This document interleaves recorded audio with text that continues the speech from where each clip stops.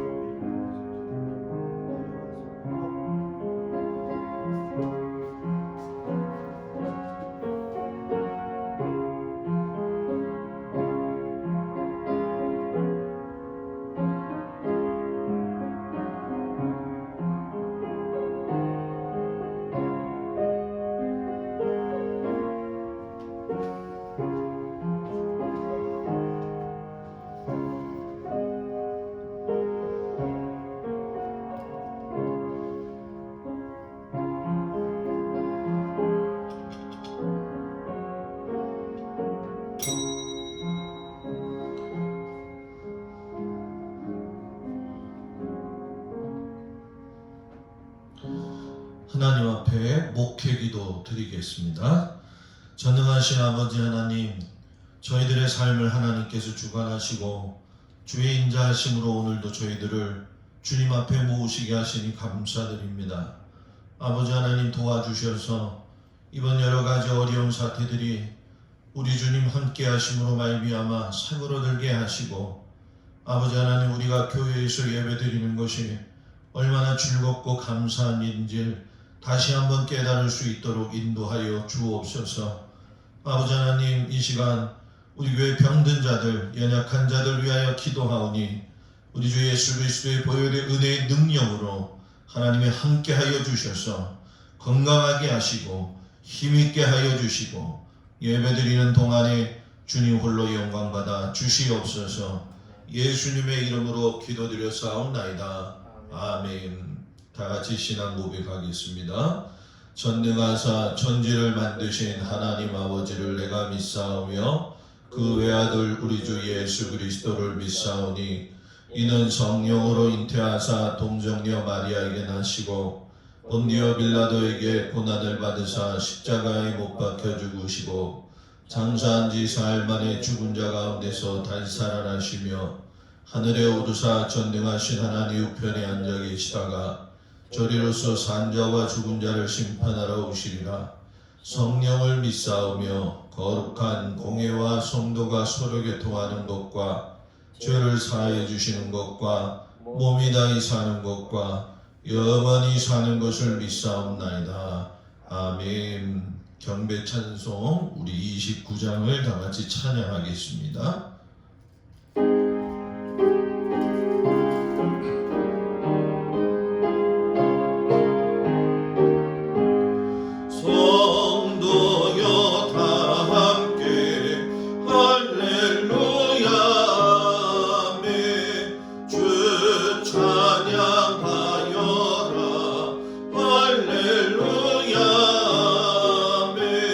주 보좌 앞에서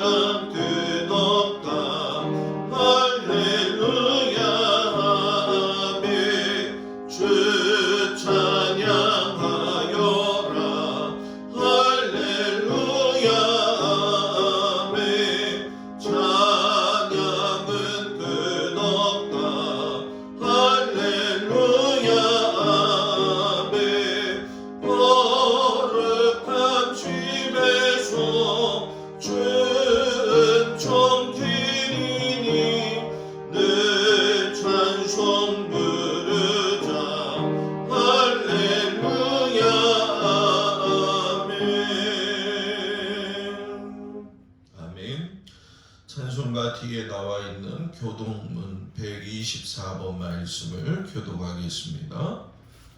사순절 말씀이 됩니다.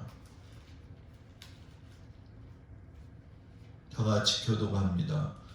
내 하나님이여 내 하나님이여 어찌 나를 버리셨나이까. 어찌 나를 멀리하여 돕지 아니하시오며 내 신음소리를 듣지 아니하시나이까. 내 하나님이여 내가 낮에도 부르짖고 밤에도 잠잠하지 아니하오나 응답하지 아니하시나이다. 이스라엘의 찬송 중에 계시는 주여 주는 거룩하시나이다. 우리 조상들이 주께 의뢰하고 의뢰하였으므로 그들을 건지셨나이다. 그들이 주께 부르짖어 구원을 얻고 주께 의뢰하여 수치를 당하지 아니하였나이다. 나를 멀리하지 마옵소서. 환난이 가까우나 도울 자 없나이다. 약한 무리가 나를 불러 내 수족을 일렀나이다. 내가 내 모든 뼈를 셀 수 있나이다. 그들이 나를 주목하여 보고 내 겉옷을 나누며 속옷을 제비 뽑나이다. 여호와여 멀리하지 마옵소서. 나의 힘이시여 속히 나를 도우소서. 나를 사자의 입에서 구하소서. 주께서 내게 응답하시고 들소의 뿔에서 구원하셨나이다. 내가 주의 이름을 형제에게 선포하고 회중 가운데서 주를 찬송하리이다. 여호와를 두려워하는 너희여 그를 찬송할지어다. 야곱의 모든 자손이여 그에게 영광을 돌릴지어다. 너희 이스라엘 모든 자손이여 그를 경외할지어다. 아멘. 우리 인섭 장로님 나오셔서 기도해 주시겠습니다.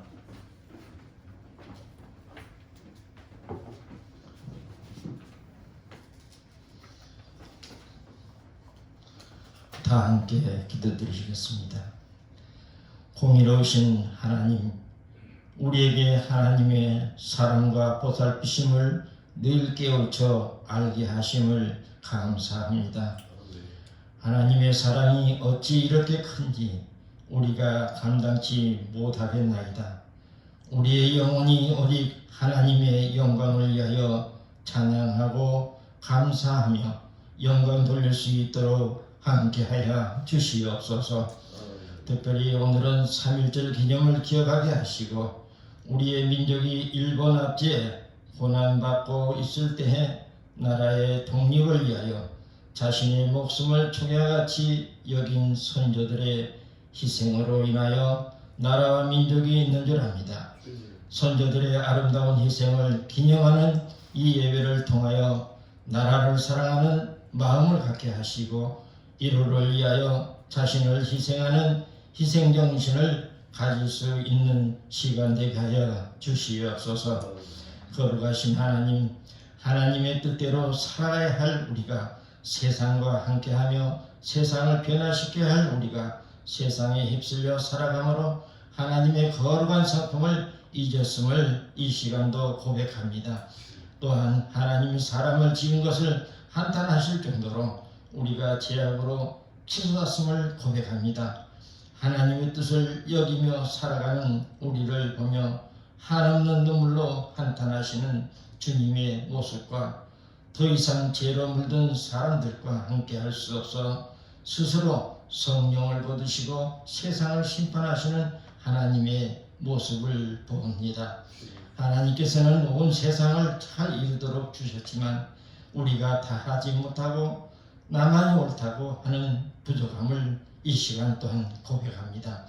하나님께서 그러나 너희는 택하신 족속이요 왕같은 제사장들이요 거룩한 나라와 그의 소유가 된 백성이니 이는 너희를 어두운 곳에서 불러내어 그의 기이한 빛에 들어가게 하신 그의 아름다운 덕을 선포하게 하려 하심이라 하셨사오니 우리를 붙들어 주시옵소서.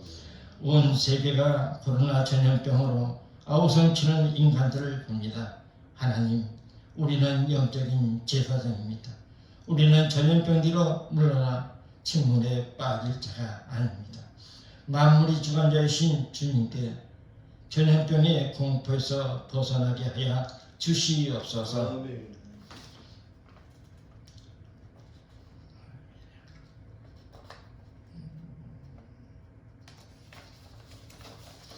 또한 우리나라의 정치하는 모든 서반들에게 지혜와 헌신에 부족되지 않도록 붙들어 주시고 이 나라의 영구인과 모든 의사에게 하루속히 지혜와 능력을 부어 주셔서 치료제를 만들 수 있는 하나님의 능력으로 채워 주시옵소서. 많은 형제들이 코로나에 걸리지 않도록 온 국민이 협조하고 동사하여 전염병에서 이겨나가기에 부족함이 없도록 인도하여 주시옵소서. 인도하여 주실 줄로 또한 믿습니다. 이로 인하여 경제적인 어려움이 있는 곳에 해결의 능력도 주시옵소서.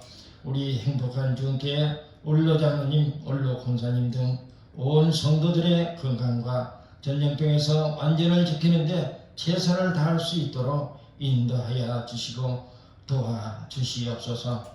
오늘도 우리 목사님의 선포하신 말씀 속에 하나님께서 주시는 영감의 말씀으로 인도하여 주시옵시고 목사님의 건강과 가정에도 항상 함께하여 주시기를 간절히 기도하고 원합니다. 하나님, 모든 일은 하나님께서 주장하시고 인도하여 주셔야만이 저희 인간들은 하나님의 섭리를 따라갈 수 있는 지혜와 능력도 함께하여 주실 것을 믿습니다.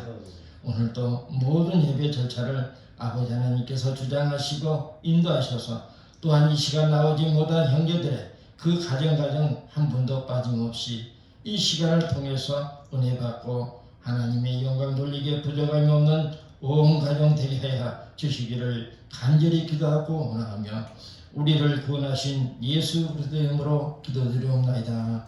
아멘. 하늘에 계신 아버지 이름 거룩하사 주님 나라 임하시고 뜻이 이루어지이다. 일용할 양식 주시고 우리들의 큰 죄 다 용서하옵시고 또 시험에 들게 마시고 악한 악에서 구원하소서. 대개 주의 나라 주의 권세 주의 영광 영원히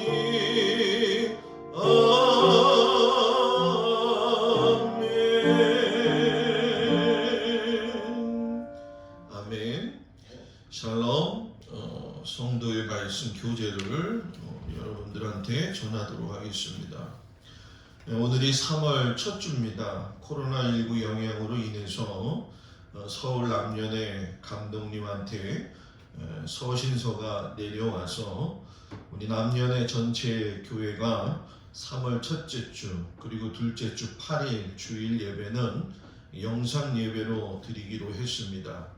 제가 알아보니까 기존의 예배 순서로 그대로 드린다고 합니다. 그래서 기도와 강구와 예물과 축복 기도가 그대로 진행이 됩니다. 11시에 영상을 틀기 전에 여러분들이 한자리에 모여 둘러 앉아서 하나님 앞에 주일 성수하기를 주의 이름으로 축복을 드립니다. 마찬가지로 헌금 시간에도 여러분들이 정성껏 준비하시고 봉헌하시고 또 제가 기도드리고 함으로 교회에 오실 때 또는 교회 계좌로 하나님 앞에 귀한 예물을 봉헌하면 되겠습니다. 혹시 연락 못 받으신 분들을 위해서 저는 교회에서 있습니다.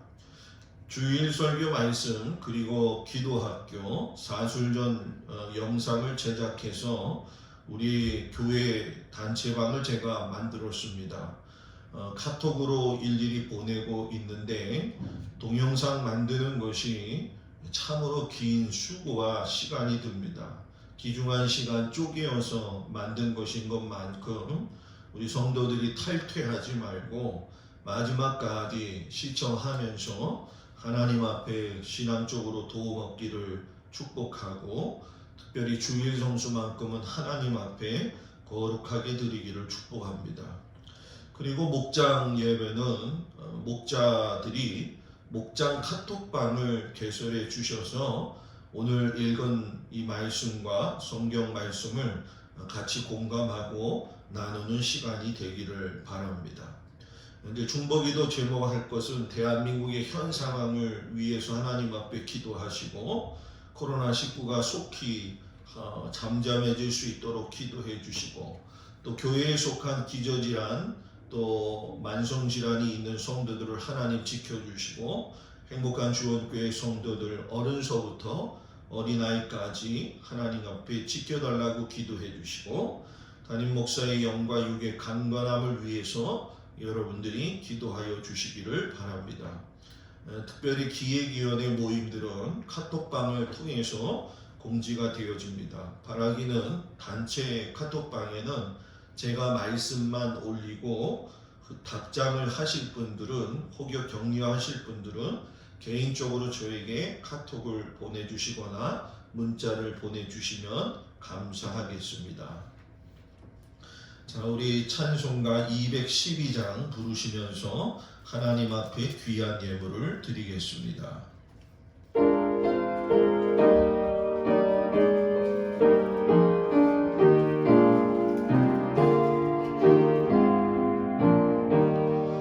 겸손히 주를 섬길 때 괴로운 일이 많으나 구주여 내게 힘 주사 잘 감당하게 하소서. 인자한 말을 가지고 사람을 갈 길을 잃은 우리를 잘 인도하게 하소서. 구주의 귀한 인내를 깨달아 알게 하시고 그 권한 믿음 주셔서 늘 승리하게 하소서. 장래의 영광 비추사 소망이 되게 하시며 구주와 함께 살면서 참 평강 얻게 하소서.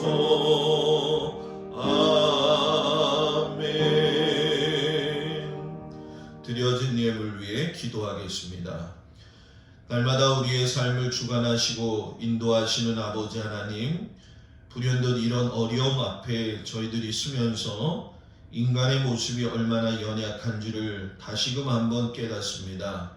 아버지 하나님, 주님께서 우리들에게 믿음의 그리스도인으로 살 수 있도록 하시고 또한 아버지 예배드릴 수 있는 축복을 허락하셨는 것이 얼마나 중요한지 다시 한번 깨닫게 하시니 감사를 드립니다.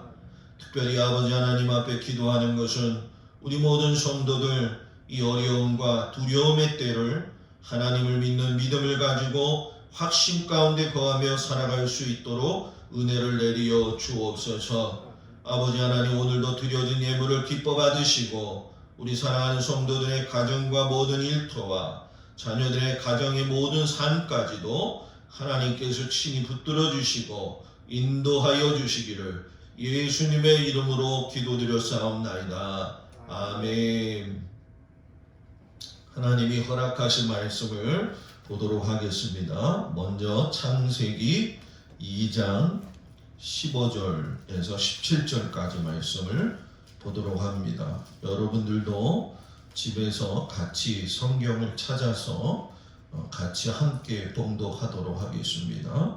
창세기 2장 15절에서 17절 말씀 다 같이 봉독합니다. 여호와 하나님이 그 사람을 이끌어 에덴 동산에 두어 그것을 경작하며 지키게 하시고 여호와 하나님이 그 사람에게 명하여 이르시되 동산 각종 나무의 열매는 내가 임의로 먹되 선악을 알게 하는 나무의 열매는 먹지 말라. 내가 먹는 날에는 반드시 죽으리라 하시니라. 아멘. 3장 1절에서 7절까지 말씀을 봉독하겠습니다. 그런데 뱀은 여호와 하나님이 지으신 들짐승 중에 가장 간교하니라. 뱀이 여자에게 물어 이르되 하나님이 참으로 너희에게 동산 모든 나무의 열매를 먹지 말라 하시더냐. 여자가 뱀에게 말하되 동산 나무의 열매를 우리가 먹을 수 있으나 동산 중앙에 있는 나무의 열매는 하나님의 말씀에 너희는 먹지도 말고 만지지도 말라. 너희가 죽을까 하노라 하셨느니라. 뱀이 여자에게 이르되 너희가 결코 죽지 아니하리라. 너희가 그것을 먹는 날에는 너희 눈이 밝아져 하나님과 같이 되어 선악을 알 줄 하나님이 아심이니라. 여자가 그 나무를 본즉 먹음직도 하고 보암직도 하고 지혜롭게 할 만큼 탐스럽기도 한 나무인지라. 여자가 그 열매를 따먹고 자기와 함께 있는 남편에게도 주매 그도 먹은지라. 이에 그들의 눈이 밝아져 자기들이 벗은 줄을 알고 무화과 나무 잎을 엮어 치마로 삼았더라. 아멘. 로마서 말씀을 보도록 합니다. 로마서 5장 12절. 로마서 5장 12절에서 19절까지 말씀입니다. 로마서 5장 12절에서 19절 봉독합니다. 그러므로 한 사람으로 말미암아 죄가 세상에 들어오고 죄로 말미암아 사망이 들어왔나니 이와 같이 모든 사람이 죄를 지었으므로 사망이 모든 사람에게 이르렀느니라. 죄가 율법이 있기 전에도 세상에 있었으나 율법이 없었을 때에는 죄를 죄로 여기지 아니하였느니라. 그러나 아담으로부터 모세까지 아담의 범죄와 같은 죄를 짓지 아니한 자들까지도 사망이 왕노릇하였나니 아담은 오실자의 모형이라. 그러나 이 은사는 그 범죄와 같지 아니하니 곧 한 사람의 범죄를 인하여 많은 사람이 죽었은즉 더욱 하나님의 은혜와 또한 한 사람 예수 그리스도의 은혜로 말미암은 선물은 많은 사람에게 넘쳤느니라. 또 이 선물은 범죄한 한 사람으로 말미암은 것과 같지 아니하니 심판은 한 사람으로 말미암아 정죄에 이르렀으나 은사는 많은 범죄로 말미암아 의롭다 하심의 이름이니라. 한 사람의 범죄로 말미암아 사망이 그 한 사람을 통하여 왕노릇하였은즉 더욱 은혜와 의의 선물을 넘치게 받는 자들은 한 분 예수 그리스도를 통하여 생명 안에서 왕노릇하리로다. 그런즉 한 범죄로 많은 사람이 정죄에 이른 것 같이 한 의로운 행위로 말미암아 많은 사람이 의롭다 하심을 받아 생명에 이르렀느니라. 한 사람이 순종하지 아니하므로 많은 사람이 죄인 된 것 같이 한 사람이 순종하심으로 많은 사람이 의인이 되리라. 아멘. 마지막 한 구절 말씀 보도록 합니다. 마태복음 4장 1절에서 11절까지의 말씀입니다. 마태복음 4장 1절에서 11절 말씀 다 같이 봉독합니다. 그때 예수께서 성령에게 이끌려 마귀에게 시험을 받으러 광야로 가사 40일을 밤낮으로 금식하신 후에 줄이신지라. 시험하는 자가 예수께 나와서 이르되 내가 만일 하나님의 아들이여든 명하여 이 돌들로 떡덩이가 되게 하라. 예수께서 대답하여 이르시되 기록되었으되 사람이 떡으로만 살 것이 아니요 하나님의 입으로부터 나오는 모든 말씀으로 살 것이라 하였느니라 하시니 이에 마귀가 예수를 거룩한 성으로 데려다가 성전 꼭대기에 세우고 이르되 내가 만일 하나님의 아들이여든 뛰어내리라. 기록되었으되 그가 너를 위하여 그의 사자들을 명하시리니 그들이 손으로 너를 받들어 발이 돌에 부딪히지 않게 하리로다 하였느니라. 예수께서 이르시되 또 기록되었을 때 주 너의 하나님을 시험하지 말라 하였느니라 하시니 마귀가 또 그를 데리고 지극히 높은 산으로 가서 천하만국과 그 영광을 보여 이르되 만일 내게 엎드려 경배하면 이 모든 것을 내게 주리라. 이에 예수께서 말씀하시되 사탄아 물러가라 기록되었으되 주 너의 하나님께 경배하고 다만 그를 섬기라 하였느니라. 이에 마귀는 예수를 떠나고 천사들이 나와서 수종드니라. 아멘. 하나님 앞에 기도하겠습니다. 하나님, 사순절의 시작이 되었습니다. 저희들이 주님 안에서 이 사순절을 잘 지낼 수 있도록 하나님 의로움과 경건함을 허락하여 주시옵소서. 무엇보다도 이 사순절에 주님의 고통을 기억하기도 해야겠지만 생명을 주시는 아버지 하나님을 찬양하며 주님이 걸어가신 그 여정의 길을 같이 걸어갈 수 있도록 하나님 도와주시옵소서. 예수님의 이름으로 기도드렸습니다. 아멘. 샬롬. 우리 하나님의 사랑이 모든 성도들 가정에 함께 하시기를 주의 이름으로 축복을 드립니다. 서울 남년의 감독님이 서신을 통해서 내려왔기 때문에 저희 주변에 있는 모든 감리교들 전부 다 영상 예배로 드리게 됩니다. 저도 목회하면서 이런 일은 처음 겪는 일이기 때문에 참 당황스럽기도 하지만 그래도 거룩한 주일에 우리가 이렇게 하나님 앞에 예배 드릴 수 있다는 것에 대해서 감사하시고 바라기는 여러분들이 교회에 나와서 예배 드리고 말씀 들을 수 있는 게 얼마나 행복한지를 다시 한번 귀하게 깨닫는 그런 시간이 되기를 주의 이름으로 축복을 드립니다. 오늘은 사순절 첫날입니다. 이 사순절의 시작을 하면서 저는 사순절 그러면 무엇이 생각이 날까? 이렇게 제가 생각하는 것이 무엇인가 보았더니 저는 사순절 하면은 광야와 사막이 생각이 납니다. 왜 광야와 사막이 생각이 나냐면 광야와 사막은 예수님이 사역하시던 출발점이 되어지기도 하고 또 동시에 그 광야와 사막에서 훈련을 받으셨고 또 하나님으로부터 주시는 성령의 능력을 공급받아서 마귀와 싸워서 이긴 현장이기 때문에 사순절 그러면 저는 광야와 사막이 생각이 납니다. 여러분, 이 사순절은 여러분들이 잘 아시고 계시겠지만은 레위기 23장에 보게 되면 여호와의 절기들이 나타납니다. 여호와의 절기 가운데 보게 되면 초하루와 월삭과 더불어서 7의 절기를 지키게 되어 있지요.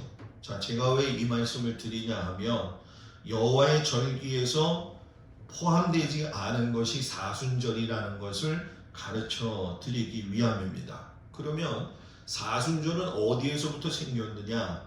교회가 발전하고 생겨서 나갈 적에 교회의 역사의 전통 가운데에서 생겨난 역사적 산물이 이 사순절이 됩니다.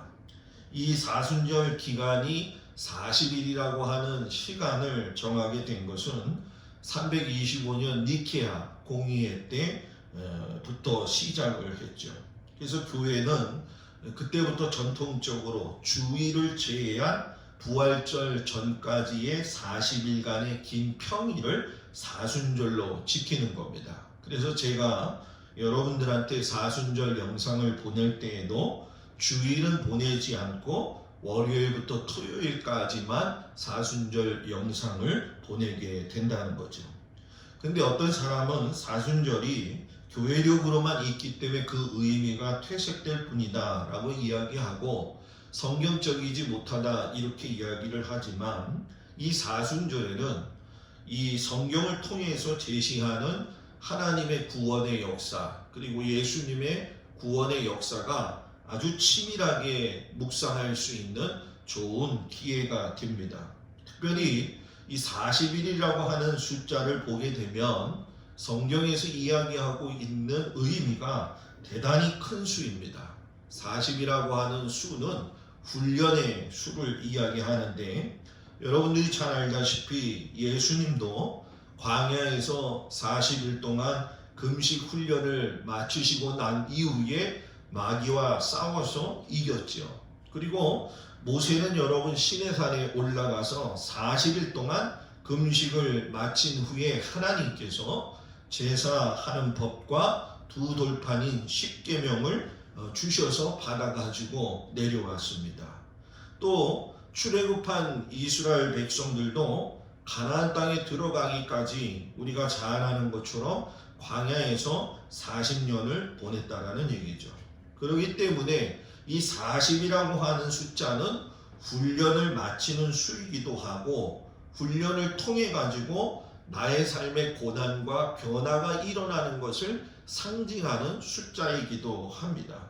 그렇기 때문에 여러분과 저는 수요일부터 시작되었던 사순절 기간을 통해서 주님이 계셨던 그 광야에 우리도 초대되어져 가지고 부활절 전야까지 변화의 여정을 걸어서 하나님과 같은 믿음의 사람, 하나님이 원하시는 믿음의 사람이 되는 그런 귀한 기회를 삼기를 바랍니다.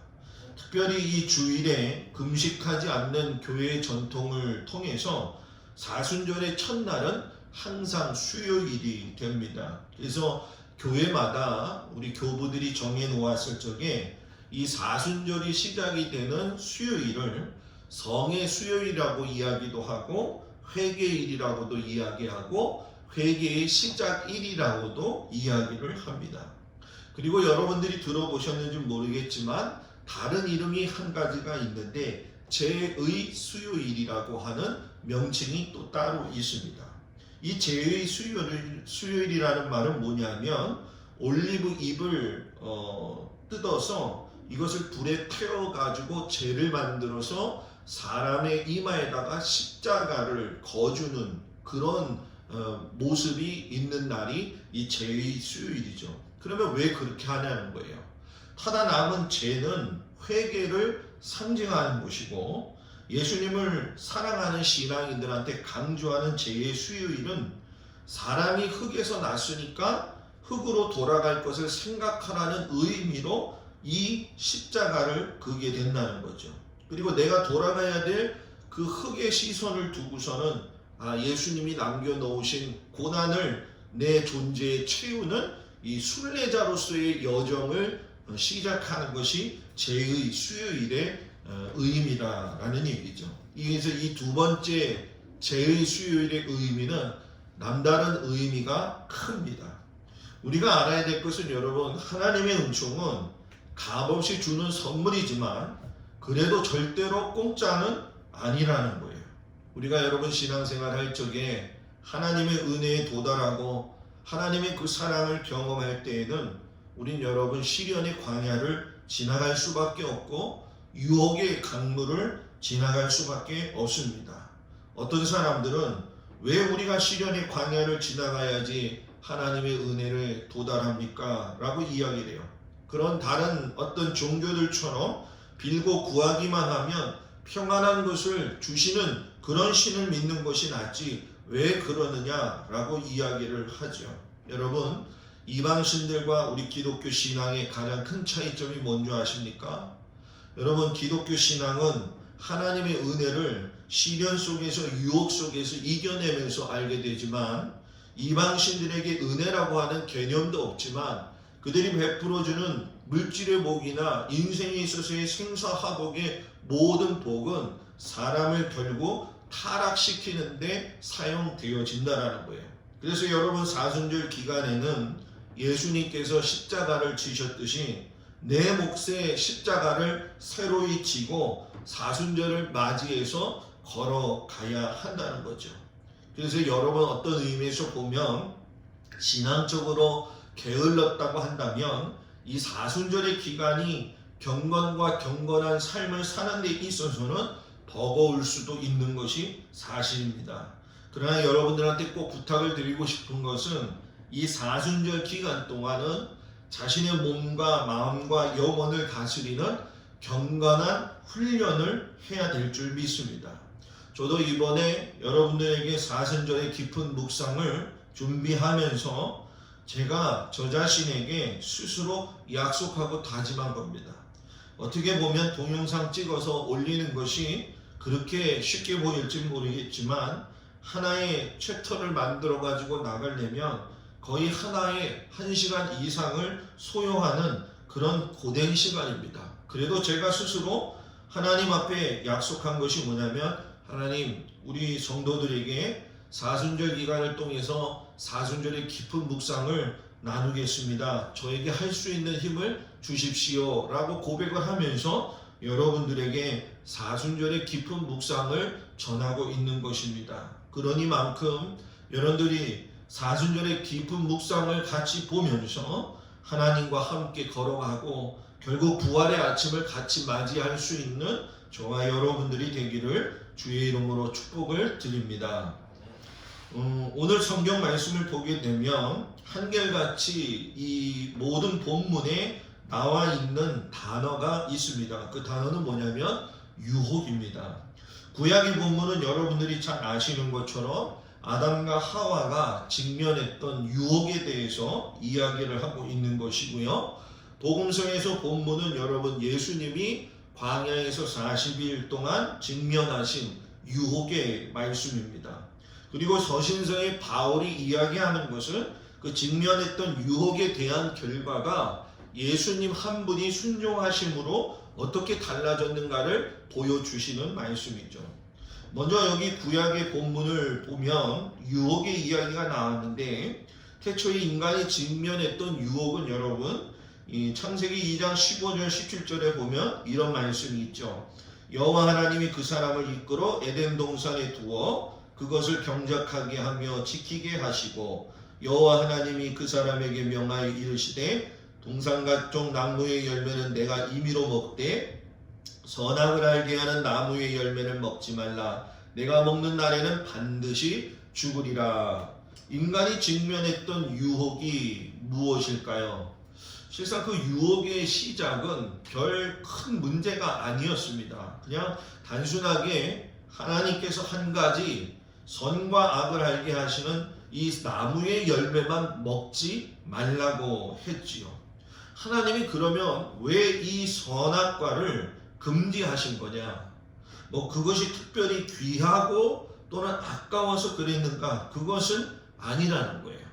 거기에는 분명한 이유가 한 가지 있게 되는데, 선악과를 먹게 되면 피조물 인간이 선이 무엇인지를 알게 되고 악이 무엇인지를 알게 되고, 그 선과 악을 자기 안에 두고선 자기 중심적으로 행동하며 살기 때문에 그렇게 살지 말라고 선악과를 따먹지 말라고 말씀을 하신 겁니다. 그리고 인간은 결국 하나님과 다른 피조물의 관계 속에서 좋은 바른 관계를 유지해 나갈 때만이 진정한 행복을 누리고 살아갈 수 있다라고 하는 하나님의 깊은 뜻이 있죠. 자, 그런 의미에서 보면 오늘날 우리의 신앙을 뒤돌아볼 필요가 있습니다. 내가 혹시 선과 악의 기준을 가지고 사람들을 평가하고 환경을 평가하진 않는가? 이건 자기중심적으로 사는 아주 이기적인 모습이 되는 거죠. 하나님은 그걸 원하지 않으십니다. 하나님이 원하시는 것은 하나님과의 관계가 바르면 사람들과의 관계가 바르다는 걸 분명하게 말씀하십니다. 그런데 불행하게도 첫사람 아담은 선악과 열매를 먹음으로 인해 가지고 선과 악의 기준을 자기 안에 두게 되니까 그들의 눈이 밝아져서 선한 것이 무엇인지도 알고 악이 무엇인지도 알고 하다 보니까 스스로 자기들의 모습을 볼 때도 알몸인 것을 보게 되고 부끄러워하게 되었다라고 이야기를 하죠. 그래서 여러분 공동번역 창세기 3장 1절에서 7절을 보게 되면 아주 이 동화처럼 이야기가 나오는데 이 말씀을 한번 읽어볼 테니까 여러분들이 잘 새겨 들어보시기 바랍니다. 야훼 하나님께서 만드신 들짐승 가운데 제일 간교한 것이 뱀이었다. 그 뱀이 여자에게 물었다. 하느님이 너희더러 이 동산에 있는 나무의 열매는 하나도 따먹지 말라고 하셨다는데 그것이 정말이냐?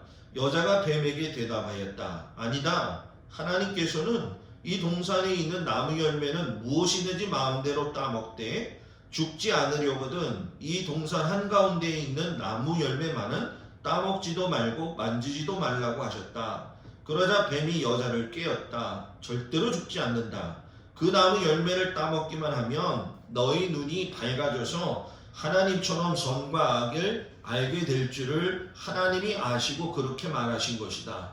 여자가 그 나무를 쳐다보니 과연 먹음직스럽고 보기에 탐스러울 뿐더러 사람을 영리하게 해줄 것 같아서 그 열매를 따먹고 같이 사는 남편에게도 따주었다. 남편도 받아 먹었다. 그러자 두 사람은 눈이 밝아져 자기들이 알몸인 것을 알고 무화과 나무 잎을 엮어 앞을 가리웠다. 여러분, 옛 교부들은 이 말씀을 볼 때마다 아담과 하와를 유혹했던 이 뱀에 대해서 뭐라고 이야기를 하냐면 사람의 마음속에 살그머니 기어 들어오는 악한 상념이다 라고 이야기를 합니다. 하나님과 사람 사이에 그것도 살며시 보이지 않게 스며들어 가지고 사람으로 하여금 사악한 생각을 하게 만드는 존재가 악마다라고 하는 것을 가르쳐 주죠. 아담은 여러분 이렇게 유혹하는 뱀에게 있어서 속아 넘어갔고 속아 넘어서 간 결과 하나님을 속이고 하나님을 버렸죠. 이 버림과 동시에 찾아온 게 뭐냐? 결국은 하나님께서 인류를 태어나게 하시고 나서 첫 번째 주셨던 사명이 첫 아담을 통해 가지고 실패가 되어졌고 세상은 하나님의 뜻 안에서 아름답게 생육하고 번성해야 되는데 사악한 상념이 지배하는 그러한 혼돈의 세상이 되어진 거죠. 그리고 우리가 잘 알다시피 에덴 동산의 낙원의 문이 닫혀지고 사람 간의 평화는 깨어져서 아담과 하와도 소원해지는 관계가 되어지고 결국 그들은 죽어서 하나님께서 만드셨던 흙의 모습으로 돌아가게 되어지는 결과를 낳았다는 얘기예요. 여러분, 마귀가 사람을 유혹하는 이 이야기는 창세기에 있는 것만도 아닙니다. 여러분들이 잘 아시다시피 욥기에 보면 동방의 의인이었던 욥이 마귀를 통해서 파멸되어져 가는 것을 보게 되죠. 자식을 잃습니다. 재산을 잃습니다. 아내를 잃고 건강마저도 잃었죠. 그리고 문학 가운데에서도 보게 되면 괴테의 파우스트라는 책에 보면 악마가 나타나는데 이 악마는 메피스톨레 팔레스라고 하는 악마입니다. 이 악마가 파우스트 박사에게 젊음을 제공하는 대신에 그의 영혼을 농락할 수 있는 권리를 신에게 허락받는 내용이 나옵니다. 자, 제가 왜 이 말씀을 드리냐? 성경에서도 그렇고 문학에서도 그렇고 왜 이렇게 악마를 언급하냐 하는 것입니다. 왜 악마를 언급하느냐? 그것은 악마라고 하는 존재를 언급하지 않으면 인간의 타락을 설명할 길이 없기 때문에 그렇다는 거예요. 여러분, 하나님이 창조하신 아름다운 이 세상에서 일어나는 타락과 저주의 이면에는 악마의 유혹이 분명히 있다는 것을 이야기하죠. 자, 오늘 복음서 본문에 보면 이 악마가 하나님의 아들인 예수님을 찾아갑니다. 마태복음 4장 1절 3절에 보면 예수께서 성령에게 이끌려 마귀에게 시험을 받으러 광야로 가사 40일을 밤낮으로 금식한 후에 줄이신지라. 시험하는 자가 예수께 나와서 이르되 내가 만일 하나님의 아들이여든 명하여 이 돌들로 떡덩이가 되게 하라 라고 합니다. 마귀의 첫 번째 유혹이 뭡니까? 네가 하나님 아들이라고 한다면 이 돌들을 떡으로 만들어서 먹으라 하는 얘기입니다. 이게 다른 말로 이야기한다면 너가 정말 하나님의 아들인데도 왜 이렇게 빈들에서 굶어서 죽으려고 하느냐, 이런 뜻의 이야기죠. 여러분, 이건 굉장히 현실적인 문제였습니다.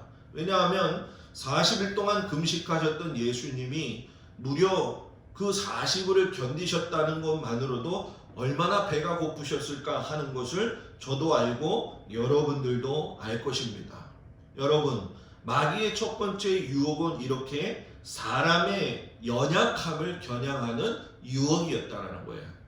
두 번째는 마귀가 두 번째 유혹한 것은 뭐냐면 5절 6절에 나와 있는데, 마귀가 예수를 거룩한 성으로 데려다가 성령 꼭대기에 세우고 이르되 내가 만일 하나님의 아들이여든 뛰어내리라. 기록되었을 때 그가 너를 위하여 그의 사자들을 명하시니 그들이 손으로 너를 받들어 바리돌에 부딪히지 않게 하리로다 하였느니라. 여러분, 마귀가 뭐라고 합니까?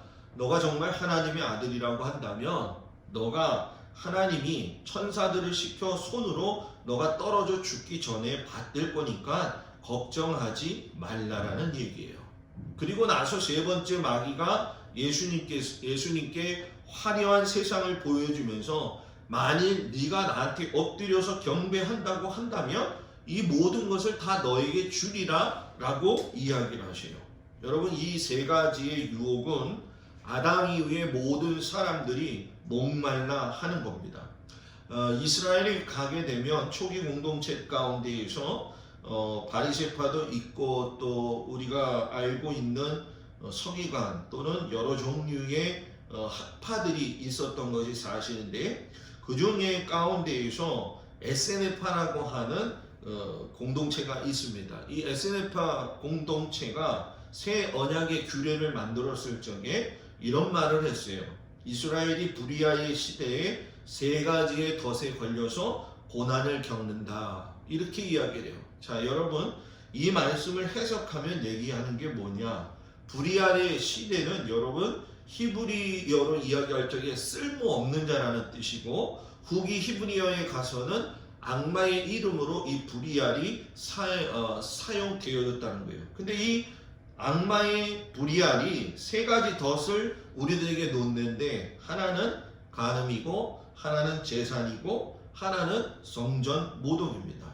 이것을 피하면 저것에 붙잡히게 되어 있고, 저것에 구제되면 또 이것에 붙잡히는 구조로 되어져 있는 아주 좋지 않은 것들이죠. 그러니까 여기서 이 세 가지를 우리가 해석을 하면 이겁니다. 마귀가 예수님에게 네가 엎드려서 나에게 경배하라고 한다면 세 가지 덫 가운데 어떤 덫에 걸리는 걸까요? 여러분들은 간음과 더불어서 우리가 얘기하는 재산과 성전 모독에서 내가 엎드려 나한테 경배하면 이 세 가지의 덫에 어떤 덫에 걸리는 걸까요? 간음의 덫에 걸리는 겁니다.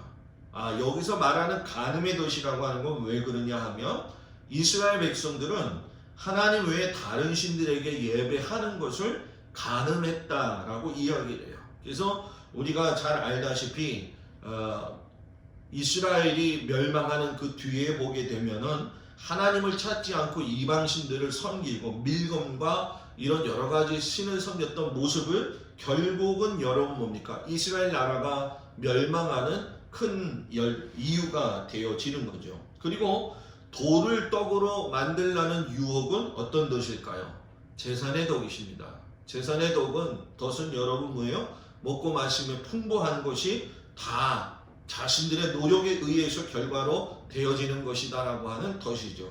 그리고 성전 꼭대기로 예수님을 데리고 가서 뛰어내리라고 하는 것은 결국 성전 모독의 덫에 해당하는 겁니다. 자, 우리가 이걸 보면서 느낄 수 있는 게 뭐냐? 이것을 피하자니 저것에 붙잡히게 되고, 저것을 하게 되자니 이곳에 붙잡히게 되는 모습을 우리가 보게 됩니다.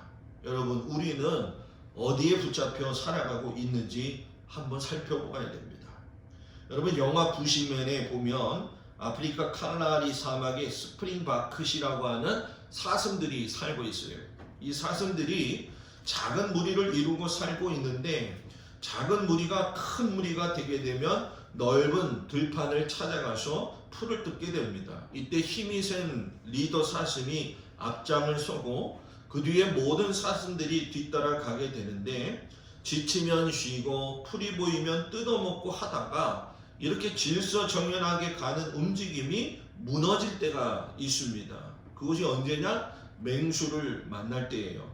맹수를 만나게 되면 이 스프링파크는 서로 자신만 살겠다고 대열 바깥에 있는 모든 그 사슴들이 대열 가운데로 비집고 들어갑니다. 그러면 어떻게 될까요? 가던 길이 엉망이 되고 질서가 무너지죠. 그리고 하나의 사슴이 뛰기 시작하면 무리가 같이 뛰기 시작을 하는데 자기가 지금 왜 뛰고 있는지도 모르는 그런 어이없는 일이 일어나게 된다는 거예요. 그러다가 뛰다 보면 절벽을 만나서 떨어져 죽기도 하고 물을 만나면 물에 빠져서 죽기도 하는 거죠. 왜 제가 이 말씀을 드리냐? 이 스프링바크시라고 하는 사슴들의 모습 속에서 현대를 살아가는 우리들의 모습이 있기 때문에 그런 거예요. 살기 위해 뛰는 것 같은데 도대체 어떤 삶을 살기 위해서 뛰는지도 모르고 뛰다가 보니까 지쳐가지고 인생이 마무리되고 있는 어처구니 없는 인생. 여러분, 우리가 이번에 코로나19를 경험하면서 느끼지만 한 템포 쉬어갈 수밖에 없는 이 시점에서 우리들의 지나간 과거를 생각하고 경험해 보아야 될 겁니다. 우리는 여러분 주일날 주일 성수하는 걸 다시 한번 하나님 앞에 감사해야 됩니다. 우리는 예배당에 안 나오고 어디를 가든 이것이 큰 죄라고 또는 그렇게 실망감을 주는 일이라고 생각하지 않았을 겁니다. 그러나 여러분 지금 현재 어떻습니까? 우리는 여러분 하나님 앞에서 정말로 주님 앞에 나와 찬송하고 기도하고 마음껏 부르짖을 수 있는 예배당에 나와서 기도할 수 있다는 게 얼마나 크고도 놀라운 기쁜 은혜인지를 잊고 살았구나 하는 것을 여러분들 생각을 알 것입니다. 엘빈 토플러라고 하는 사람이 미래의 충격에 이런 얘기를 했어요. 오늘 인류의 모든 사람들은 삶의 페이스가 너무 빠르다. 한 발자국을 너무 넓게 뗀다 라고 이야기를 해요. 왜 공부를 하는지, 무엇 때문에 돈을 벌고 있는지, 무엇 때문에 남에게 지지 않도록 살고 있는지 그냥 목적이 사라져 가버린 거죠. 남들이 뛰니까 뛰는 거예요. 다니엘이 이 말세가 되면 특징을 이야기할 적에 많은 사람들이 빨리 왕래하고 지식이 더하리라 라고 이야기를 했어요. 여러분, 남들보다 1초라도 앞서야 경쟁에서 이길 수 있다고 생각을 하지 않습니까? 여러분, 젊은 교회 청년들이 왜 교회를 떠나는 줄 아십니까? 세상의 문명은 하루가 다르게 변하고 있는데 교회는 변하지 않는 실망감 때문이라는 얘기예요. 또 변하는 시도를 했지만 세상의 잡다한 문화를 가지고 재정립하지 않고 교회에 들여다보니까 교회가 흔들리는 거예요. 이것은 균형이 맞아야 된다는 거죠. 어저께 신문사설에 보게 되니까 이 신천지 교인이 20대들이 제일 많다고 이야기를 하더라고요. 그러면서 그 이유를 설명을 하는데 이 20대들은 첫 번째 시간이 많다. 그리고 두 번째 뭐냐면 앞으로의 인간으로서 살아갈 적에 삶의 목적을 상실한 그 상황 가운데에서 겸손하게 그를 인정해주고 복돋아주고 하는 것이 신천지의 사람들이 공격 전략이라는 거예요. 근데 우리는 여러분 예배를 드리면서 알지만 젊은이들의 생각이 어떠한지, 젊은이들이 앞으로 어떻게 살아갈지를 같이 고민해 준 적이 없습니다. 저는 그걸 보면서 이게 문제였구나 라고 생각을 했습니다. 여러분, 이제는 우리가 마귀가 유혹하지 않아도 자청에서 선악과 열매를 따먹는 시대가 됐어요. 양쪽으로 팽창하는 것이 더 좋은 것이라고 이야기하고 돈과 권력을 탐하는 것이 진짜 좋은 교회고 사람이라고 생각을 하는 겁니다. 결과적으로 본다면 그렇게 얻은 것들은 하나님의 나라의 백성을 이루는 것이 아니라 혼돈과 무질서와 분열과 갈등만 일으킬 뿐이라는 거예요. 여러분, 오늘 우리는 예수님의 신앙관을 분명히 볼 수 있습니다. 세 번의 유혹에 대해서 분명하게 예수님이 말씀하시는데, 첫 번째 유혹에서는 사람이 떡으로만 살 것이 아니고 하나님의 입으로부터 나오는 모든 말씀으로 살 것이라고 하셨습니다.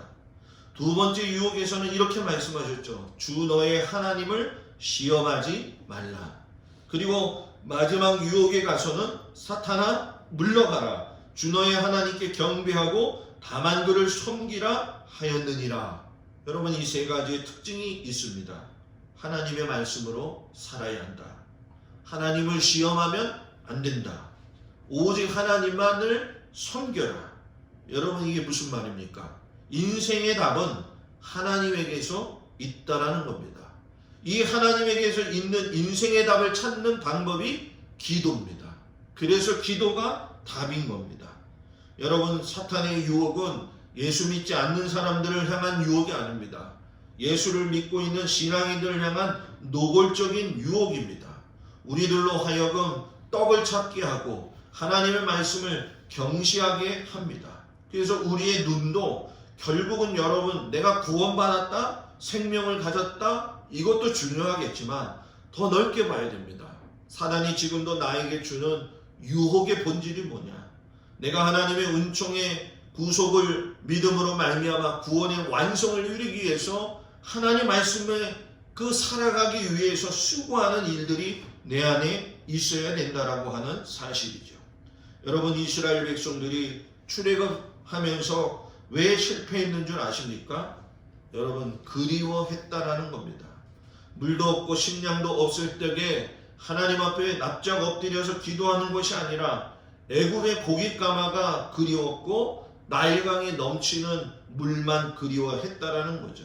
여러분, 예수 믿는 우리는 이전에 예수 믿지 않았을 때와 달라야 됩니다.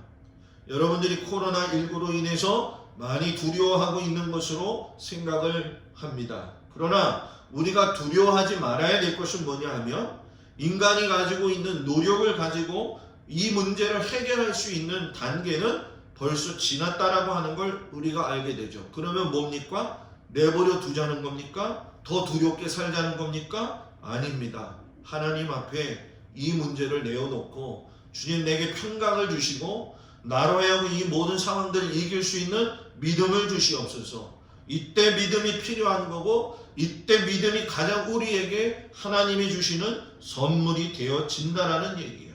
여러분, 떡으로만 사는 사람, 자꾸 먹는 일에 관심 가지고 세상 일에만 관심 가지고 있는 사람은 말씀이 들어오지를 않습니다. 떡이 아닌 하나님의 말씀으로 사는 일에 우리는 수고해야 됩니다. 여러분, 사도 바울이 마지막에 이제 아담과의 불순종되는 이 얘기를 예수님의 완전한 순종으로 결론을 냅니다. 로마서 5장 17절 19절에 보면, 한 사람의 범죄로 말미암아 사망이 그 한 사람을 통하여 왕노릇하였은즉 누굽니까? 아담입니다. 은혜와 의의 선물로 넘치게 받는 자들은 한 분 예수 그리스도를 통하여 생명 안에서 왕노릇하리로다. 그런즉 한 범죄로 많은 사람이 정죄에 이른 것 같이 누굽니까? 아담입니다. 한 의로운 행위로 말미암아 많은 사람이 의롭다 하심을 받아 생명에 이르느니라. 누굽니까? 예수님입니다. 한 사람이 순종하지 아니하고 누구입니까? 아담입니다. 많은 사람이 죄인 된 것 같이 한 사람이 순종하심으로 누굽니까? 예수님입니다. 많은 사람이 의인이 되리라. 여러분, 예수님은 돌아가시기까지 철저한 순종을 가지고 하나님의 말씀 가운데서 살았습니다. 철저한 순종하니 철저한 믿음의 사람이고, 철저한 믿음의 사람은 철저하게 순종을 한다는 얘기입니다. 여러분, 사순절은 유혹을 이기는 여행을 시작하는 것입니다. 사순절 기간 동안 우리가 떡에 집착되어져 있었다고 한다면 우리의 마음이 하나님의 말씀에 귀를 기울이고 하나님을 의심하는 믿음이 있었다고 한다면 하나님의 살아계심을 경험하고 나의 나됨만을 위해서 사는 것이 아니라 하나님의 영광을 위해서 살고자 하는 믿음의 성도들이 되기를 축복하면서, 오늘 사순절의 첫 주간 유혹을 이기는 여행을 시작하는 모든 성도들에게 하나님의 귀한 동행하심이 함께하기를 축복하면서, 한 주간도 여러분 가정에서 위생관리에 수고하고 또 잦은 외출하지 마시고 가만히 하나님 앞에 기대어 순종하면서 말씀을 듣고 건강하게 한 주간 승리하는 우리 모든 성도들이 되기를 주의 이름으로 축복을 드립니다. 아멘. 기도하겠습니다. 사랑이 많으신 아버지 하나님, 유혹을 이기는 여정이 시작되어지는 사순절입니다. 하나님, 우리나라가 지금 어렵습니다. 하나님, 백성들이 아우성치고 있습니다. 하나님, 그 진원이 바로 우리가 알고 있는 또 이단입니다. 아버지, 이런 현실을 생각하니 마음이 착잡합니다. 하나님, 그러나 도와주셔야 되겠습니다. 하나님, 붙들어 주셔야 되겠습니다. 담대한 믿음을 주셔야 되겠습니다. 우리 성도들에게 하나님 큰 은혜를 부어 주시옵소서. 어떠한 상황 속에서도 흔들리지 아니하고 아버지 믿음을 가지고 사순절 기간을 잘 지내고 아버지 부활의 아침을 맞이할 수 있도록 인도하여 주시옵소서. 한 주간 살아가는 삶의 현장을 하나님 축복합니다. 어디에 어디서 어떤 모습으로 있든지 하나님께서 주의 오른손으로 강건하게 붙들어 주시옵소서. 이제는 우리 주 예수 그리스도의 은혜와 우리를 사랑하시는 아버지 하나님의 그 놀라우신 사랑과 성령님의 감화감동 역사하시고 돌보시고 그 크신 은혜가 이제 아버지 하나님 앞에서 사순절을 시작하면서 다가오는 유혹을 아버지 떡으로 사는 것이 아니라 말씀으로 살기 위하여 믿음으로 살기 위하여 순종하며 살기를 위하여 수고하고 애쓰는 우리 모든 성도들 위해 이제로부터 영원토록 함께 하시기를 간절히 축원하옵나이다. 아멘.